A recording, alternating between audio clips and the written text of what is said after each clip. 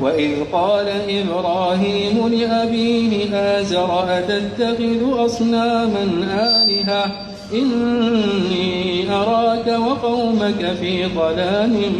مبين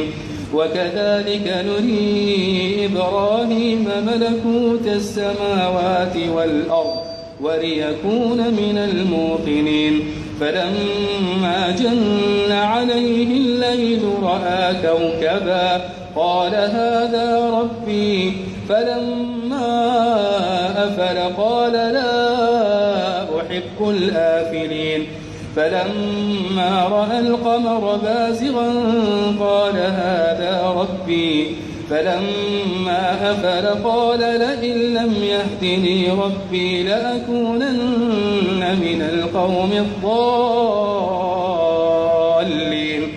فلما رأى الشمس بازغة قال هذا ربي هذا أكبر فلما أفلت قال يا قوم إني بريء مما تشركون إني وجهت وجهي للذي فطر السماوات والأرض حنيفا وما أنا من المشركين وحاجه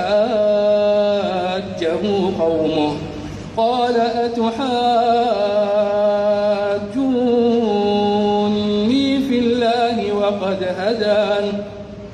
ولا أخاف ما تشركون به إلا أن يشاء ربي شيئا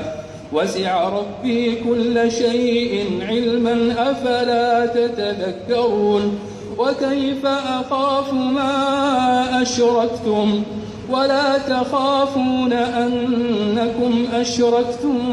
بالله ما لم ينزل به عليكم سلطانا فأي الفريقين أحق بالأمن إن كنتم تعلمون الذين آمنوا ولم يلبسوا إيمانهم بظلم أولئك لهم الأمن وهم مهتدون